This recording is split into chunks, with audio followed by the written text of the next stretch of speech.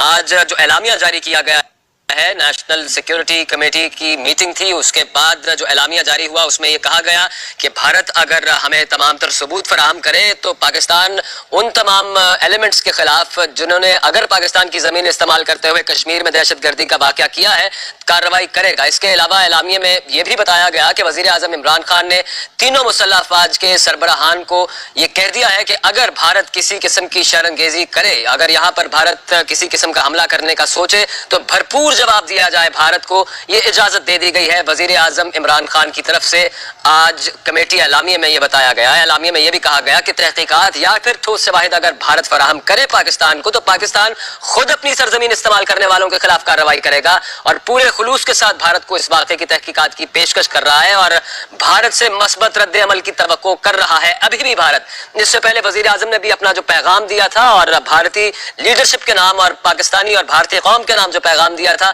اس میں بھی یہی بات کی تھی۔ آج پھر اعلامیہ میں ایک مرتبہ اسی بات کو دہرایا گیا ہے۔ وزیر اعظم نے خاص طور پر مسلح افواج کو بھارتی جارحیت کا بھرپور جواب دینے کا اختیار بھی دے دیا۔ اعلامیہ یہ بتاتا ہے، اور قومی سلامتی کمیٹی کا اعلامیہ آج جو جاری کیا گیا اس میں کہا یہ بھی گیا ہے کہ تحقیقات یا پھر ٹھوس شواہد اگر بھارت فراہم کرے پاکستان کو کہ پاکستان کی سرزمین بھارت میں ہونے والے دہشت گرد حملے میں استعمال ہوئی ہے تو پاکستان ایسے عناصر کے خلاف خود کارروائی کرے گا، اور پاکستان پورے خلوص کے ساتھ بھارت کو واقعے کی تحقیقات کی پیشکش کر رہا ہے اور مثبت رد عمل کی توقع کر رہا ہے پاکستان۔